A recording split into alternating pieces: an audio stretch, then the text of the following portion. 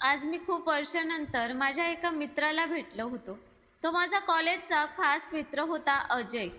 आज ऑफिसच्या एका मीटिंगमध्ये आमची भेट झाली. आम्ही सोबतच लंच केलं आणि मग आमच्या संभाषणादरम्यान अजयला जेव्हा समजलं की माझ्या लग्नाला 8 वर्ष उलटून गेलीत, तरी देखील मला अजून मूलबाळ नाहीत, तेव्हा त्याने मला एका दवाखान्याचा पत्ता दिला आणि म्हणाला की इथे प्रत्येक वांझ महिलांवर उपचार केला जातो, मग तो दोष एखाद्या पुरुषात असो किंवा स्त्रीमध्ये. त्यामुळे तू एकदा नक्कीच वहिनींना घेऊन त्या दवाखान्यात जाऊन ये, कारण की मुलांशिवाय आयुष्य खूपच बेरंग होऊन जातं आणि मग तू तर खूप मोठ्या संपत्तीचा वारसदार आहेस. मग पुढे जाऊन तुझ्या संपत्तीचा वारस कोण होईल? मला त्या दवाखान्याचा पत्ता देऊन माझा मित्र निघून गेला आणि मी पण घरी जाण्यासाठी निघालो. गाडी चालवत असताना मी पूर्ण रस्ता अजयच्याच बोलण्याचा विचार करत होतो, कारण की आजपर्यंत आम्ही खूप साऱ्या मोठमोठ्या डॉक्टरांकडून उपचार करून घेतले होते. एवढेच नाही तर आम्ही परदेशात जाऊन सुद्धा डॉक्टरांकडून उपचार घेतले होते, पण निराशाशिवाय आमच्या हाती काहीच लागले नाही. माझी बायको नम्रताही आता हळूहळू डिप्रेशनमध्ये चालली होती. ती मला नेहमी हेच विचारत असायची की आपल्याला मूल कधी होईल. मी तर तिला समजावून समजावून अक्षरशः वैतागलो होतो. याच कारणामुळे आम्हा दोघं नवरा बायकोंमध्ये रोजची भांडणं व्हायची.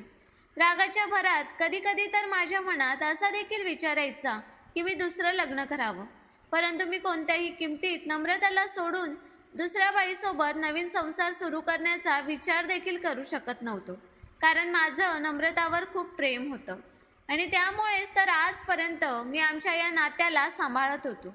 पण आज पुन्हा एकदा अजयच्या बोलण्याने मनात कुठेतरी एक आशेचा किरण जागा झाला होता. म्हणूनच मी लंच नंतरच्या माझ्या बाकीच्या सर्व मीटिंगा कॅन्सल करून लगेचच घरी पोहोचलो. असे अचानक मला घरी आलेलं बघून नम्रताला धक्काच बसला. मी या वेळेला घरी कसा काय आलो असा तिला प्रश्न पडला होता. मी तिच्या जवळ बसलो आणि तिला म्हणालो की तुला आठवतंय का, माझ्या कॉलेजचा मित्र अजय, ज्याच्याबद्दल मी तुला नेहमी सांगत असतो, आज तो अचानक मला एका ऑफिस मीटिंगमध्ये भेटला आणि जेव्हा त्याला माहीत झालं की अजूनही आपल्याला मूलबाळ नाहीत, तेव्हा त्याने मला एका दवाखान्याचा पत्ता दिला आहे. तो दवाखाना खूप दूर आहे, परंतु माझा मित्र खात्रीने सांगत होता की त्या दवाखान्यातून कोणताही रुग्ण खाली हाताने परतत नाही.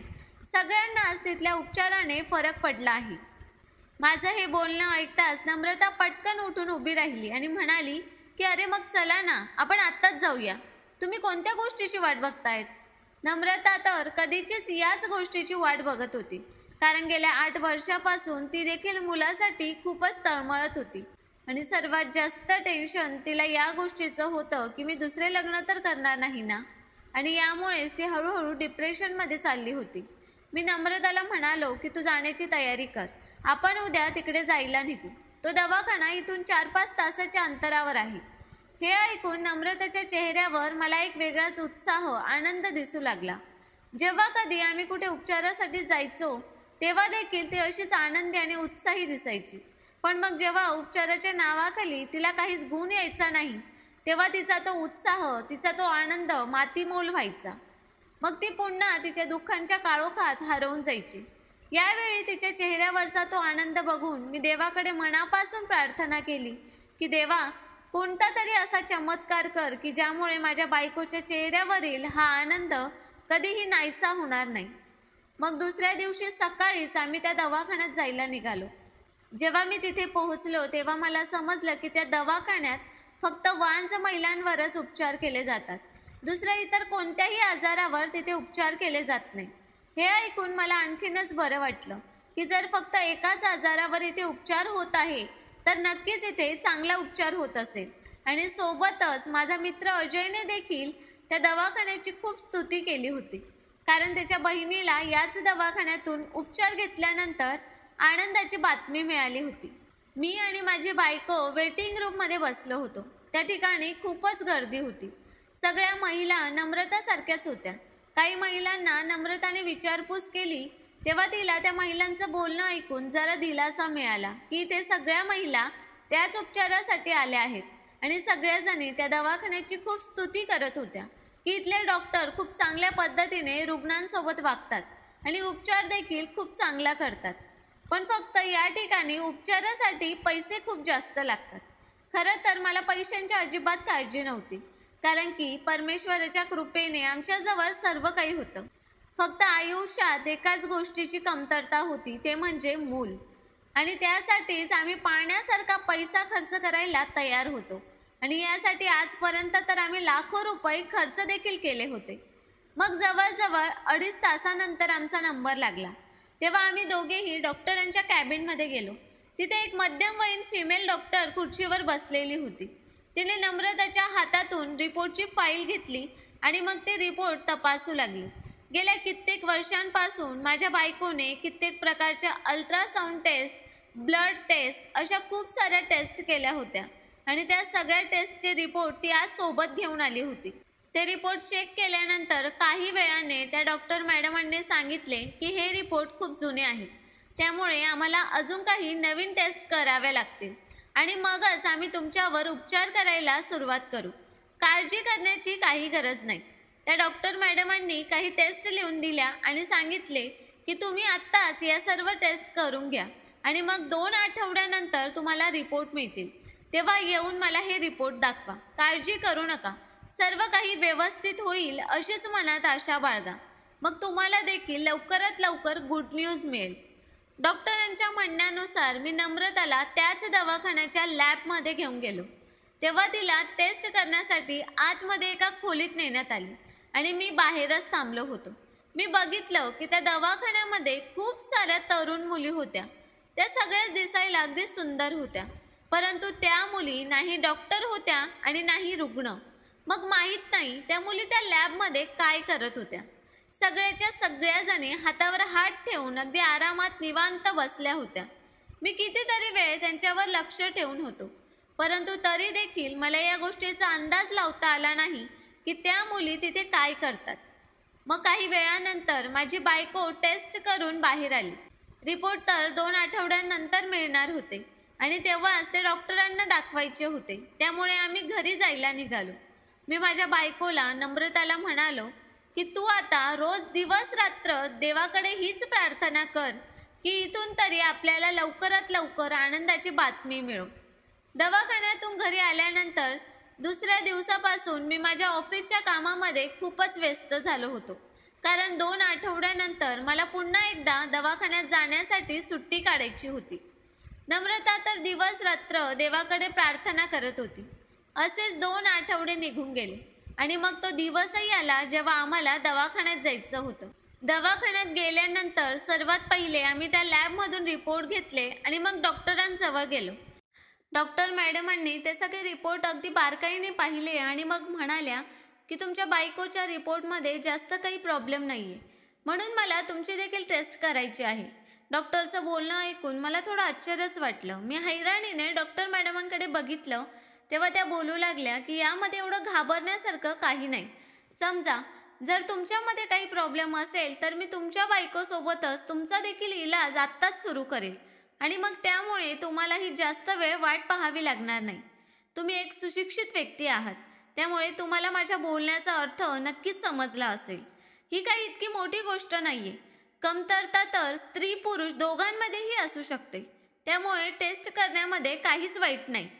डॉक्टरांचं बोलणं ऐकून मी टेस्ट करण्यासाठी तयार झालो की जर नम्रतासोबत माझा देखील इलाज केला गेला तर निदान मूल तर होईल. असा विचार करत आम्ही दोघे डॉक्टरांच्या कॅबिनमधून बाहेर आलो. मी टेस्ट करून घेण्यासाठी लॅबमध्ये गेलो आणि नम्रता बाहेरच थांबली होती. मी लॅबमध्ये माझी टेस्ट करण्यासाठी गेलो तेव्हा त्यांनी मला एका खास खोलीमध्ये पाठवलं. मी तिथे माझ्या टेस्टचे सॅम्पल जमा केले आणि बाहेर निघू लागलो.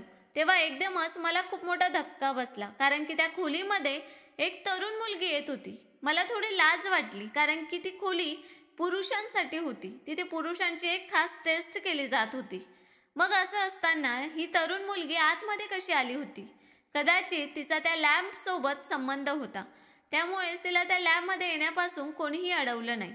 मग जवळपास 2 तास वाट पाहिल्यानंतर मला रिपोर्ट मिळाला आणि मग मी तो रिपोर्ट घेऊन डॉक्टरांच्या कॅबिनमध्ये गेलो. डॉक्टरने रिपोर्ट पाहिले आणि बोलू लागली की तुमच्यामध्ये देखील काहीच प्रॉब्लेम नाही. मी दोघांनाही औषध देते जेणेकरून तुमचे हार्मोन्स बॅलन्स होतील. आणि तुमची बायको गरोदर राहील. डॉक्टरांचं बोलणं ऐकून मी खूपच हैराण झालो होतो. कारण की आजपर्यंत आम्ही ज्या ज्या डॉक्टरांकडे उपचारासाठी गेलो होतो त्या सगळ्यांनीच सांगितलं होतं की माझी बायको कधीही आई होऊ शकत नाही आणि त्यामुळेच तर ती दिवस रात्र डिप्रेशनमध्ये असायची. परंतु या डॉक्टरांचं असं म्हणणं होतं की सगळे रिपोर्ट अगदी नॉर्मल आहेत, जास्त काळजी करण्याची गरज नाही. त्या डॉक्टरने आम्हा नवरा बायकोला काही खास औषधं दिली आणि बोलू लागली की तुम्ही दोघं एका महिन्यानंतर पुन्हा इथे या आणि मग त्यानंतर तुम्हाला मी औषधं बदलून देईन. काही काळजी करू नका, तुम्हाला 3 महिन्यातच आनंदाची बातमी मिळेल. डॉक्टरांचं बोलणं ऐकून आम्ही खूप खुश झालो होतो. घरी आल्यानंतर मी आणि माझ्या बायकोने न चुकता अगदी नियमाने ते औषध घ्यायला सुरुवात केली.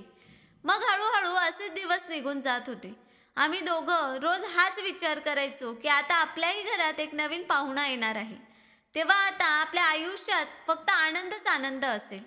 नम्रताने तर लहान पाहुण्याच्या येण्याची तयारी आत्तापासूनच सुरू केली होती. आम्ही दोघं नवरा बायकोने न चुकता महिनाभर ते औषधं घेतली. नम्रताचा चेहरा सुद्धा आता जरा फुललेला दिसायचा, ती अगदी खुश दिसायची आणि यामुळेच आता आमच्या दोघांमध्ये भांडणं देखील कमी झाली होती. कारण जेव्हा कधी नम्रता मुलाबद्दल बोलायची तेव्हा आमच्यामध्ये वाद सुरू व्हायचा. मग एका महिन्यानंतर मी आणि माझी बायको पुन्हा दवाखान्यात पोहोचलो. तेव्हा डॉक्टरांनी आम्हाला पाहताक्षणी ओळखले आणि आमच्या तब्येतीची चौकशी केली आणि विचारू लागली की तुम्ही औषधं अगदी वेळेवर घेतलीत की नाही. आणि मग त्यानंतर डॉक्टर बोलू लागली की आता पुन्हा एकदा तुमच्या बायकोची एक टेस्ट केली जाईल, परंतु त्या टेस्टसाठी तुमच्या बायकोला इथे एका रात्रीसाठी थांबावं लागेल. आम्ही रात्री काही औषधं देऊ आणि मग सकाळी तुमच्या बायकोची टेस्ट केली जाईल. हे ऐकून मी जरा काळजीतच पडलो, कारण माझ्यासाठी तिथे मुक्कामी थांबणं शक्य नव्हतं. मी खूप मुश्किलीने एका दिवसाची सुट्टी काढायचो, कारण की माझ्यासाठी मीटिंग कॅन्सल करणं हे खूपच कठीण काम असायचं.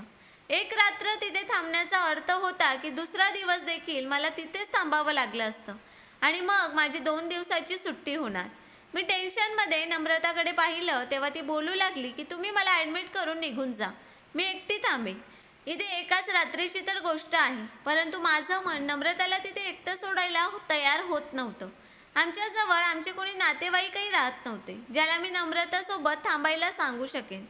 माझ्या चेहऱ्यावरील टेन्शन बघून डॉक्टरने मला विश्वास दिला की तुम्ही काही काळजी करू नका, आम्ही तुमच्या बायकोची काळजी घेऊ. नम्रता देखील बोलू लागली की तुम्ही निर्धास्तपणे जा. त्यामुळे मी पण तिचं म्हणणं मान्य केलं. मी जायला निघालो तेव्हा डॉक्टर बोलू लागली की आज रात्री जे औषध तुमच्या बायकोला दिलं जाईल ते खूप जास्त महाग आहे, त्यामुळे त्याचे पैसे तुम्हाला ॲडव्हान्समध्येच काउंटरवर जमा करावे लागतील.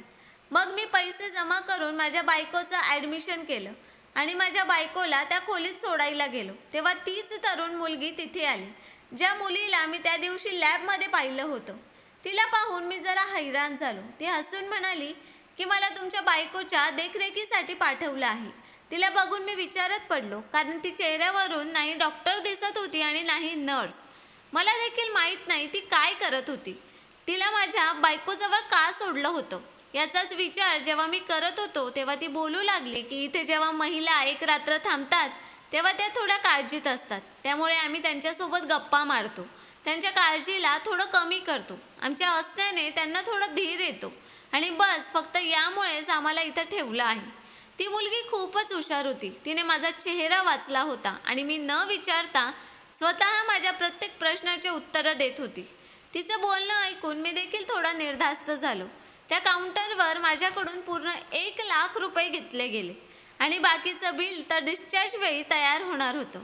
हे तर अगदीच बरोबर होतं की हॉस्पिटलने एवढं बिल बनवलं होतं, त्यामुळे ते रुग्णांची इतकी काळजी, इतकी सोय तर नक्कीच करणार होते. हाच विचार करून मला आता पूर्णपणे विश्वास बसला होता आणि मी देखील बेफिकीर झालो आणि पुन्हा परत घरी जायला निघालो. दुसऱ्या दिवशी मी मीटिंगमध्ये बिझी राहिलो आणि संध्याकाळी दवाखान्यात पोचलो. मला बघून माझी बायको हसली आणि म्हणाली की माझ्या सगळ्या टेस्ट झाल्या आहेत आणि तुम्हाला माहीत आहे का काय झालं. मी म्हणालो, मला कसं माहीत असणार, तूच सांग काय झालं. माझ्या बायकोला तर कोडं घालण्याची आधीपासूनच खूप वाईट सवय होती. ती एकदमच हसून बोलू लागली, तुम्ही बाप होणार आहात आणि मी गरोदर आहे, माझ्या रिपोर्टमध्ये हेच आलं आहे. हे ऐकताच माझ्या अंगावर अक्षरशः काटा आला. मी अगदी अविश्वासाने माझ्या बायकोला बघत होतो. तिच्या चेहऱ्यावर आनंदासोबत डोळ्यामध्ये अश्रू देखील होते. मी अगदी हैराण होऊन माझ्या बायकोला विचारलं, नम्रता, तू हे खरं बोलतेस? तेव्हा ती बोलू लागली, हो, तुम्हाला विश्वास बसत नसेल तर रिपोर्ट बघा. तिने तिचे अल्ट्रासाऊंडचे टेस्टचे रिपोर्ट माझ्या पुढे केले. मी ते रिपोर्ट पाहिले तेव्हा खरोखरच ती गरोदर होती. त्या बातमीने मला एक नवीन आयुष्य दिलं होतं. मी लगेचच माझ्या बायकोला मिठी मारली. इतक्यातच ती मुलगी त्या रूममध्ये आली आणि आम्हा दोघं नवरा बायकोला एकमेकांच्या मिठीत पाहून ती पुन्हा मागे फिरली. तेव्हा मी लगेचच मागे सरकलो आणि तिचे आभार मानले. मी तिला सांगितलं की माझ्या बायकोने तुझं खूप कौतुक केलं आहे आणि सांगितलं की तू माझ्या बायकोची खूप काळजी घेतलीस. हे ऐकून तिच्या चेहऱ्यावर हसू आलं आणि ती शांतपणे बाहेर निघून गेली. नम्रता मला सांगू लागली की डॉक्टर रात्री खोलीमध्ये आले आणि त्यांनी मला एक इंजेक्शन मारलं आणि तेव्हा ती मुलगी माझ्यासोबतच होती. आम्ही दोघी एकमेकींसोबत बोलत होतो आणि तेव्हाच मला बोलता बोलता झोप लागली. जेव्हा मी सकाळी उठले तेव्हा मला टेस्टसाठी नेलं गेलं आणि अल्ट्रासाऊंडमध्ये समजलं की मी गरोदर आहे. परंतु मला ही बातमी तुम्हाला फोनवर सांगायची नव्हती. तुम्ही जेव्हा माझ्या समोर येणार तेव्हाच ही बातमी तुम्हाला सांगायची असं मी ठरवलं होतं. त्यावेळी नम्रताच्या चेहऱ्यावर एक वेगळाच आनंद होता. मी तिला घेऊन घरी आलो आणि मी तर तिला अगदी डोक्यावर बसवलं होतं. मी तिची खूप काळजी घ्यायचो. तिला अंथरुणावरून खाली उतरू देखील द्यायचो नाही. घरामध्ये 2-3 नोकर ठेवले होते. एक मोलकरीण नेहमीच नम्रता सोबत असायची. 9 महिने खूप वेगाने गेले आणि आता तो दिवसही आला ज्या दिवसाची आम्ही गेल्या 8 वर्षांपासून आतुरतेने वाट बघत होतो. नम्रताने माझ्या मुलीला जन्म दिला. मी पूर्ण दवाखान्यात मिठाई वाटली आणि माझ्या मुलीला माझ्या कुशीत घेऊन तिच्याकडे अगदी प्रेमाने बघत होतो. पण जसजशी माझी मुलगी मोठी होत गेली तिच्या चेहऱ्यावरचं रंगरूपच बदलत गेलं. मला काहीतरी वेगळं वाटू लागलं, कारण की माझी मुलगी माझ्या बायकोसारखी नव्हती आणि नाही माझ्यासारखी. उलट मी जेव्हा कधी तिच्या चेहऱ्याकडे पाहायचो तेव्हा मला तीच तरुण मुलगी दिसायची जी दवाखान्यात माझ्या बायकोसोबत होती. कारण माझी मुलगी अगदी हुबेहूब त्या मुलीसारखीच होती. इतकंच काय तर माझ्या मुलीच्या डोळ्यांचा रंग देखील त्या मुलीच्या डोळ्यातील रंगासारखा निळसर होता. तर दुसरीकडे मी आणि माझी बायको आमच्या दोघांचेही डोळे काळेभोर होते. माझी मुलगी 1 वर्षाची झाली तेव्हा ती सेम टू सेम त्या मुलीसारखीच दिसू लागली आणि मग माझ्या मनामध्ये वेगवेगळ्या प्रकारचे प्रश्न निर्माण झाले.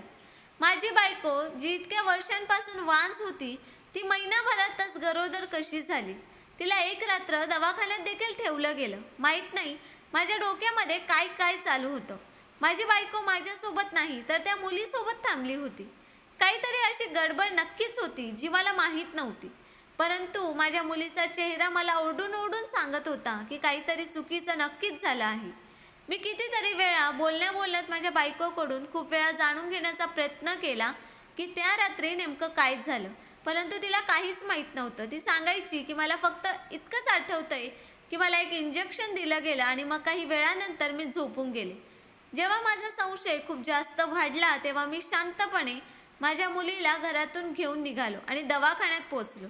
मी माझ्या बायकोला न सांगता माझी आणि माझ्या मुलीची DNA टेस्ट केली आणि आठवडाभरानंतर जेव्हा रिपोर्ट आले तेव्हा माझ्या सगळ्या संशयावर पाणी फिरलं गेलं, कारण की ती माझीच मुलगी होती. मी अगदी प्रेमाने तिचा पापा घेतला आणि तो माझा फक्त एक भास होता अशी मनाची समजूत केली. त्यानंतर मला कोणीही असा व्यक्ती भेटायचा ज्याला मूल होत नसेल तेव्हा मी त्याला अगदी आनंदाने त्याच दवाखान्याचा पत्ता सांगायचो. दिवस असेच भराभर निघून चालले होते की एके दिवशी मला एका हॉटेलमध्ये माझा तो मित्र अजय भेटला. मी जसं त्याच्या जवळ गेलो तेव्हा तो माझ्यापासून नजर चोरून बाहेर जाऊ लागला. मी त्याला अडवलं आणि विचारलं, अरे तू असं कुठे पळून चालला आहेस? इतक्या दिवसानंतर भेटला आहेस. तू तर गोव्याला गेला होतास ना. चल ये, आपण सोबत बसून लंच करूया. तो शांतपणे माझ्यासोबत बसला. मी त्याचे आभार मानले आणि म्हणालो, त्या दिवसानंतर आपली काही भेटच झाली नाही, परंतु आज मी एका मुलीचा बाप झालो आहे आणि हे सगळं फक्त तुझ्यामुळेच झालं आहे. माझं बोलणं ऐकून अजय खुश होण्याऐवजी माझ्यापासून नजर चोरू लागला. मी त्याला विचारलं, काय झालंय? तू माझ्यापासून काही लपवतोयस का? तो एकदमच घाबरला आणि मग माझ्यासमोर हात जोडून बोलू लागला, अरे मित्रा महेश, मला माफ कर. मला माहीत नव्हतं की त्या दवाखान्यातील लोक काय खेळ खेळत होते. मला जर माहीत असतं तर मी तुला तिथे कधीही पाठवलं नसतं. मी घाबरलो आणि म्हणालो, काय झालं, काहीतरी सांग. मी तिथे गेलो होतो आणि माझ्या बायकोला तिथूनच तर गुड न्यूज मिळाली होती. तेव्हा अजयने अगदी उदास होऊन नकारार्थी मान हलवली आणि बोलू लागला, तिथून गुड न्यूज मिळाली नाही, उलट धोका मिळाला आहे. तो नजर खाली करून बोलू लागला, माझ्या बहिणीला तिथूनच मुलगी झाली होती आणि तिची ती मुलगी काही महिन्यांपूर्वी आजारी पडली, म्हणून तिला हॉस्पिटलमध्ये ॲडमिट करण्यात आलं. तेव्हा डॉक्टरांनी सांगितलं की हिला तातडीने रक्ताची गरज आहे. माझ्या बहिणीने विचार केला की ती तिला रक्त देऊ शकेल आणि मग यासाठीच त्या दोघी मायलेकींच्या खूप साऱ्या टेस्ट केल्या गेल्या आणि मग त्या दरम्यान माझ्या भाऊजीने देखील DNA टेस्ट केली आणि मग समजलं की ती मुलगी माझ्या बहिणीची नाही तर दुसऱ्या कोणाची तरी होती. अजयचं बोलणं ऐकून मला खूप मोठा धक्का बसला आणि मग मी विचारलं की हे कसं शक्य आहे. तो बोलू लागला की आम्ही लोक देखील खूप हैराण झालो होतो आणि मग जेव्हा आम्ही माहिती काढली, त्या दवाखान्यात गेलो, तेव्हा समजलं की ते लोक खूप मोठा खेळ खेळत होते. टेस्टच्या नावाखाली ते पुरुषांचा वीर्य घेतात आणि मग तेच वीर्य तिथल्या तरुण मुलींच्या शरीरात टाकतात, ज्या अगदी सशक्त असतात. त्या लगेचच गरोदर राहतात आणि मग त्यानंतर ते लोक एक रात्र पेशंटला टेस्टच्या नावाखाली तिथे ठेवून घेतात आणि मग ते गर्भ तरुण मुलींच्या शरीरातून काढून वांझ महिलांच्या शरीरात टाकतात आणि वांझ महिलांना वाटतं की हे त्यांचंच मूल आहे, पण खरं तर ते मूल तिच्या नवऱ्याचं आणि त्या तरुण मुलीचं असतं, ज्या मुलीला त्या दवाखान्यातील लोकांनी या कामासाठी विकत घेतलेलं असतं. माझ्या बहिणीची जी मुलगी आहे ती माझ्या भाऊजींची आणि त्या तरुण मुलीची आहे, ज्या तरुण मुलीला माझ्या बहिणीच्या काळजीसाठी एक रात्र ठेवलं होतं. आम्ही ही गोष्ट आमच्या बहिणीला सांगितली नाही, कारण की खूप वर्षानंतरच तिच्याजवळ आनंद आला होता आणि ती पुन्हा एकदा जगू लागली होती. अजय रडत रडत बोलू लागला की मित्रा, मला माफ कर.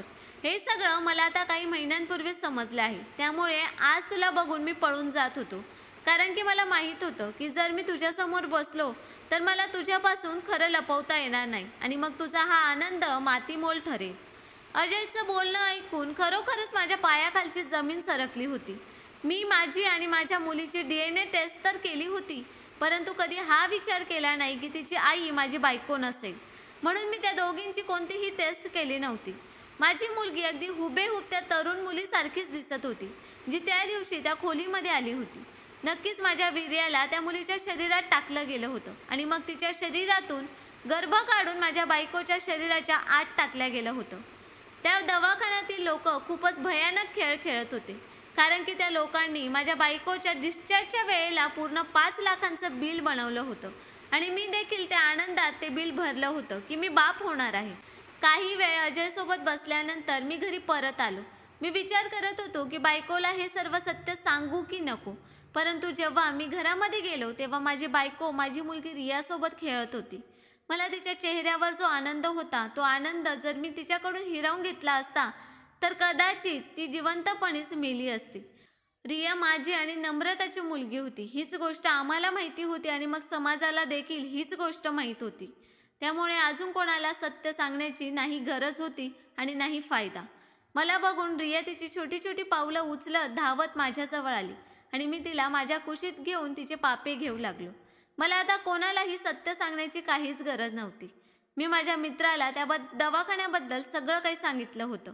माझा मित्र एक पोलीस इन्स्पेक्टर होता आणि मला माहीत होतं की तो लवकरात लवकर काहीतरी लीगल ॲक्शन घेईल आणि त्या हॉस्पिटलची सर्व चुकीची कामं बंद करेल. तर मित्रांनो, स्टोरी आवडल्यास व्हिडिओला लाईक, सबस्क्राईब आणि शेअर करायला विसरू नका. धन्यवाद.